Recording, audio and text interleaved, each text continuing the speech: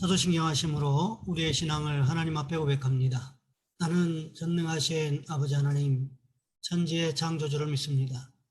나는 그의 유일하신 아들 우리 주 예수 그리스도를 믿습니다.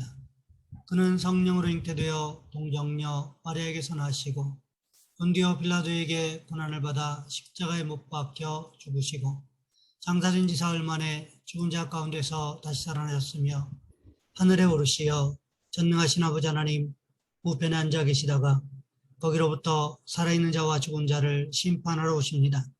나는 성령을 믿으며 거룩한 공교회와 성도의 교제와 죄를 용서받는 것과 몸의 부활과 영생을 믿습니다.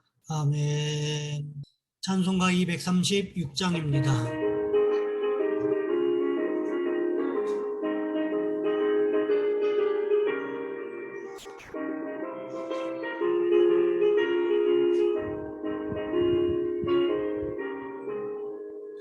우리 모두 수고 끝나 세상 장막 벗고서 모든 근심 걱정 사라진 후에 주를 뵙고 성도 함께 멸류관을 쓰리라. 새 예루살렘에서 성도들이 함께 올 때 기뻐 노래하리라. 새 예루살렘 새 예루살렘 호산나를 높이 불러 왕이 왕을 맞으리. 새 예루살렘에서 가는 길이 외로워도 주님 나를 붙드니 시험 환상 근심 걱정 없으며 주를 믿고 따라가면 그의 뜻을 알리라. 새 예루살렘에서 성도들이 함께 올 때 기뻐 노래하리라. 새 예루살렘 새 예루살렘 호산나를 높이 불러 왕의 왕을 맞으리. 새 예루살렘에서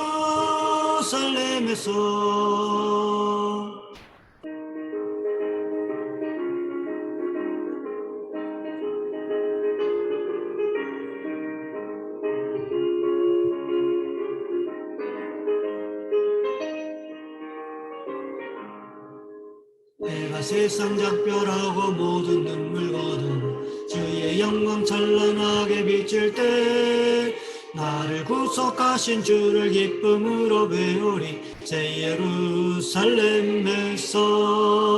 성도들이 함께 올 때 기뻐 노래하리라. 새 예루살렘 새 예루살렘 호산나를 높이 불러 왕의 왕을 맞으리. 새 예루살렘에서 아름다운 그곳에서 구속받은 성도와 사랑하는 주님 만나 배울 때 주의 영광 노래하며 영원토록 살리라. 새 예루살렘에서 성도들이 함께 올 때 기뻐 노래하리라. 새 예루살렘 새 예루살렘 호산나를 높이 불러 왕의 왕을 맞으리. 새 예루살렘에서. 오늘 말씀 열왕기하 9장에서 보겠습니다. 열왕기하 9장 14절로 29절까지 말씀입니다. 제가 가진 성경은 구약성경 576쪽에 있습니다. 제가 봉독해 드립니다. 이에 nim시의 손자 여호사밧의 아들 예후가 요람을 배반하였으니 곧 요람이 온 이스라엘과 더불어 아람의 왕 하사엘과 맞서서 길랏 라못을 지키다가 아람의 왕 하사엘과 더불어 싸울 때에 아람 사람에게 부상한 것을 치료하려 하여 이스라엘로 돌아왔던 때라.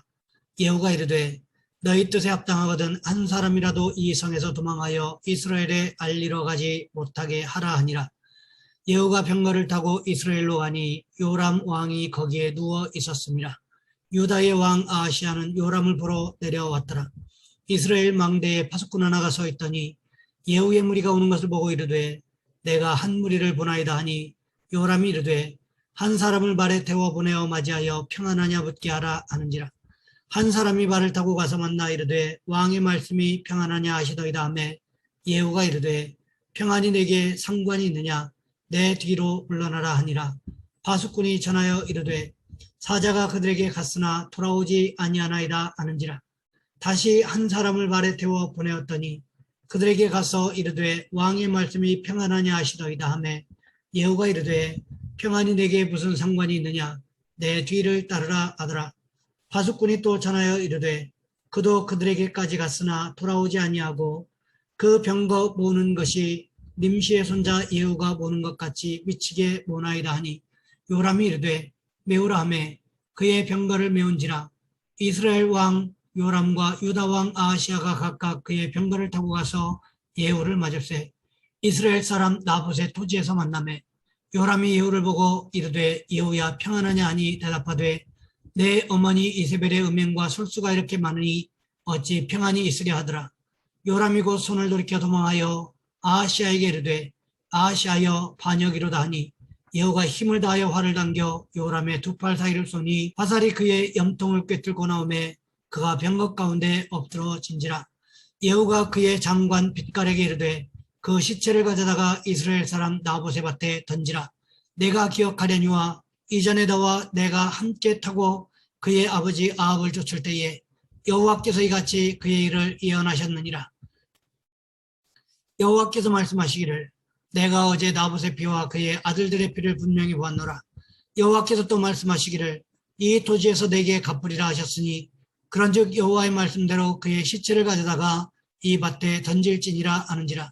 유다의 왕 아하시아가 이를 보고 정원의 정자 길로 도망하니 예후가 그 뒤를 쫓아가며 이르되 그도 병거 가운데서 죽이라 하며 이블르함 가까운 구르 빗달에서 치니 그가 무기토까지 도망하여 거기서 죽은지라.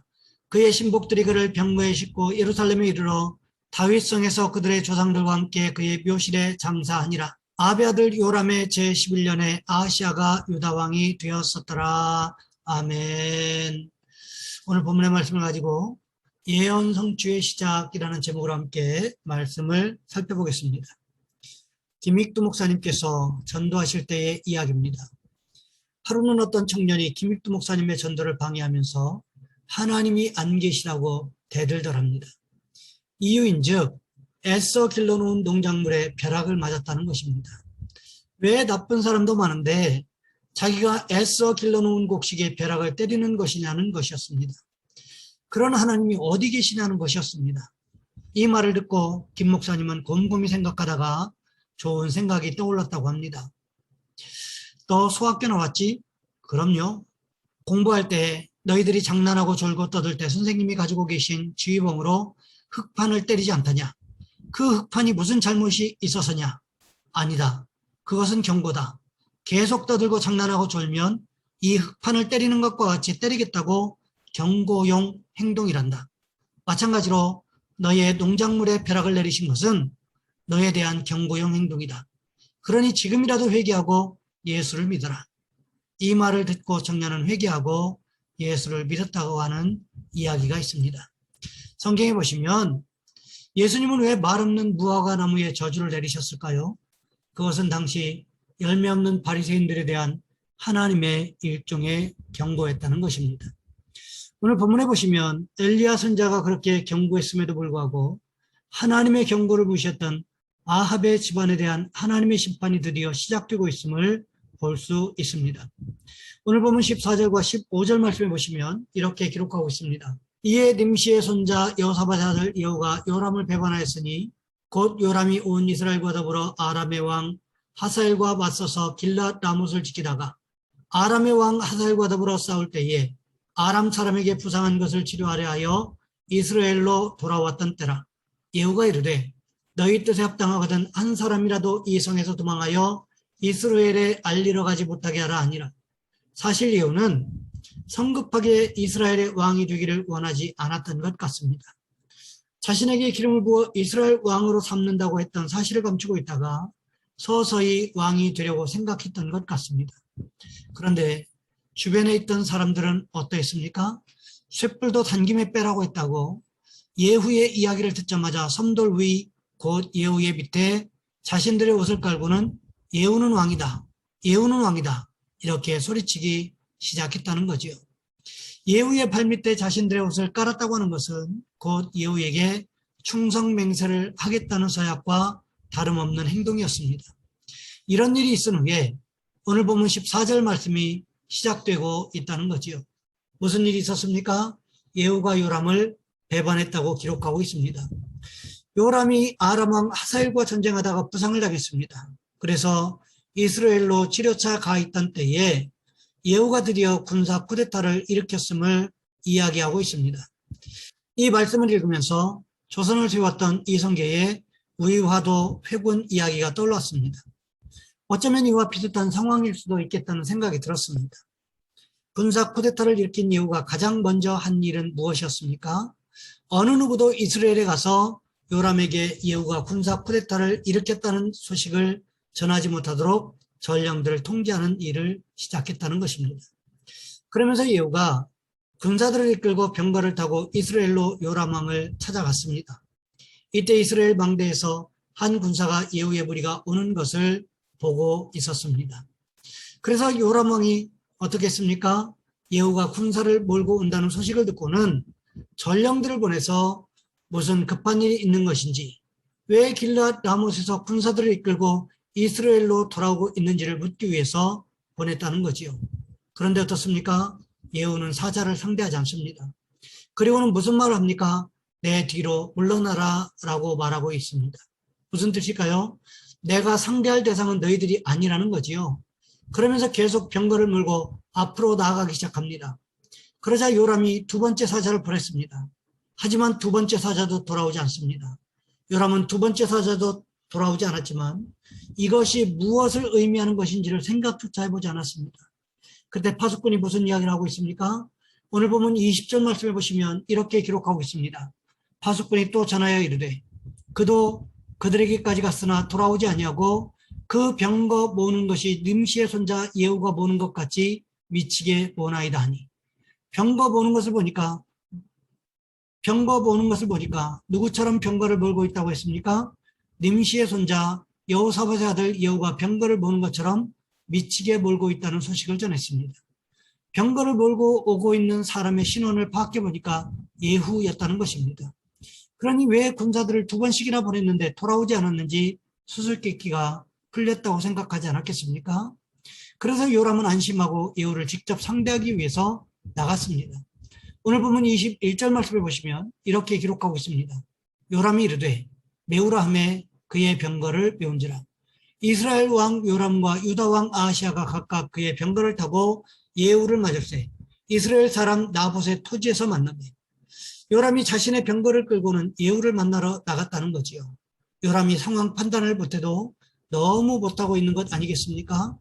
정탐꾼들을 보냈는데 그들이 돌아오지 않고 있고, 더군다나 예후가 이스라엘 성을 향하여 미친 듯이 병거를 몰고 오고 있다는 것은 무슨 문제가 있는 것 아니겠습니까? 그런데 왕인 자신이 직접 예후를 맞이하러 나간다? 이것은 병법을 몰라도 너무 모르는 문외한에 가까웠다는 거지요. 예후에 대해서 한 번도 의심해 본 적이 없었던 것 같습니다. 예후와 요람이 만난 장소가 어디였습니까? 아주 공교롭게도 그것이 바로 나봇의 포도원이었다는 것입니다. 아합이 나봇의 포도원을 욕심내었습니다. 왜요? 자신의 정원으로 삼으면 좋겠다는 욕심 하나 때문이었습니다. 그 상황에서 나봇이 어떻게 했습니까?